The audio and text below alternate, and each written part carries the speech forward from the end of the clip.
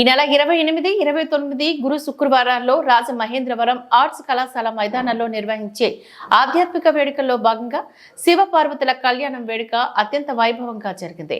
ఆ కళ్యాణానికి విచ్చేసే భక్తుల దర్శనార్థం విశాఖ సింహాచలం సింహాద్రి అప్పన్న ఉత్సవ మూర్తులతో కూడిన ప్రచార రథం నేడు రాజమండ్రికి బయలుదేరింది.